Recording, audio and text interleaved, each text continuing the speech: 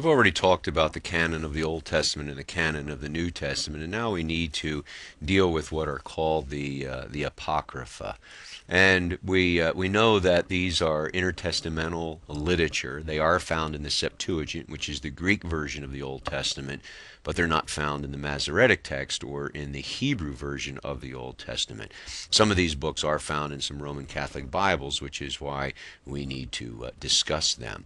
The list would include as follows: wisdom literature, historical, religious romance, prophetic, and legendary editions. You may have heard of the books such as Wisdom of Solomon, or Ecclesiasticus, or 1st and 2nd Maccabees, or Tobit, or Judith, or Baruch, or the letter of Jeremiah, or Susanna, or Belen the Dragon. Books like this would be considered part of the Apocrypha. We would state again that they were never part of the Hebrew Old Testament, though they are found in the Greek version or the Septuagint. We would suggest that they are to be rejected as actual scripture. They still have historical value, but rejected as actual scripture for the following reasons. They were never accepted by Jews as actual scripture. They were never quoted by Jesus or the New Testament, though we assume that they knew that they existed. We assume that because they used the Septuagint. They do contain some historical and geographical errors, which would question the inerrancy and infallibility.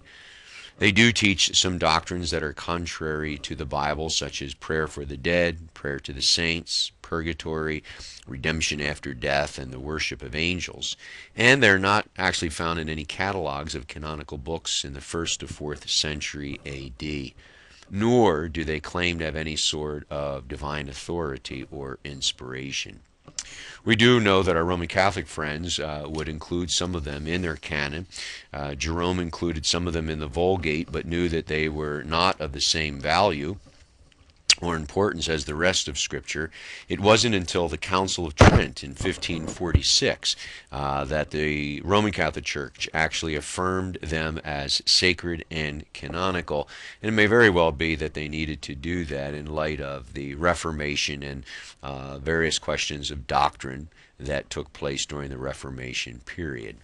We would question then, do they have any value? And we would answer yes. They have value for some history.